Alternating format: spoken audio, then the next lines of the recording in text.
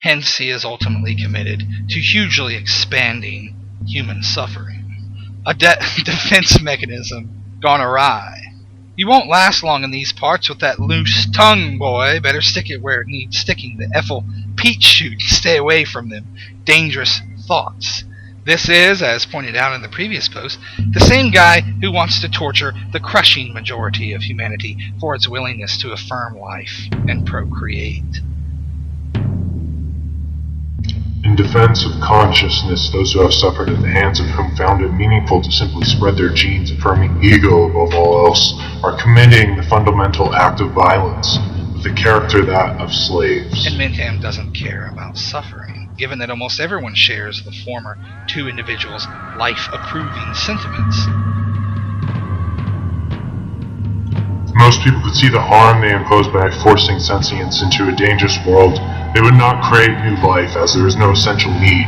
Hence the reason to talk about these subjects. They know the Ethelist arguments, but still have not converted, ergo, to the dungeon with them. Most optimists, by contrast, can truthfully claim ignorance of the hideous, chattering troll doll sacred words, and so have a pass.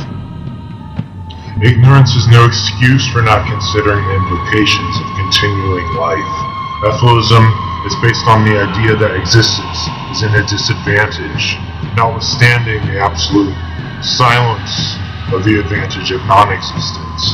Advocacy for a better world is still imposing a personal interest. The implicit assumption here is that if the optimists of the world were informed of Ethylism, they would then cast down their collective love of life. The argument against the assumption that life is good is based on logic and evidence rather than tradition and desperation.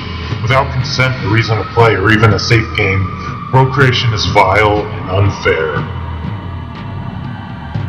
And whose support has he so far won? The people inclined to or possessing an anti-life view in the first place. It's never been about suffering. It's about total acquiescence to the in-mend ego. While it helps to get a taste of the horror, if humans are completely without empathy, there would be no movement of anti-procreation. If you don't want to suffer, you shouldn't risk someone else's welfare because it's fundamentally just as real. Ethylism is looking more like Stalinism by the day. Last and indeed least, and Bentham himself, progenitor of the stinking Ethel blight. Keep in mind that this is the guy who claims to be a genius, a view shared by many of his epistemic slaves. Is it any wonder that, with this level of literacy, he never got past high school? He's the kind of person I normally have great sympathy for and want to help, but there's no helping a vicious primate who'd opened 1,000 factory farms. If so doing would accelerate global extinction. Ending suffering should be done in the most effective and graceful manner. Ethelists never advocate for something like genocide or torture. Please provide more evidence or you're just a slanderer and you're fucking irrelevant.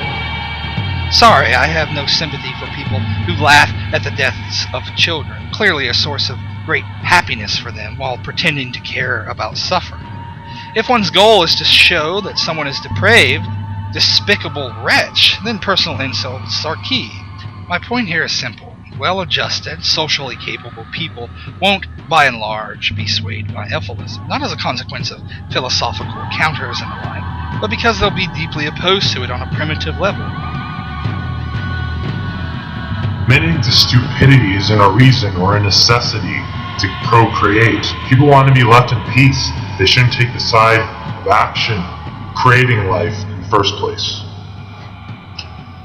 Goodbye.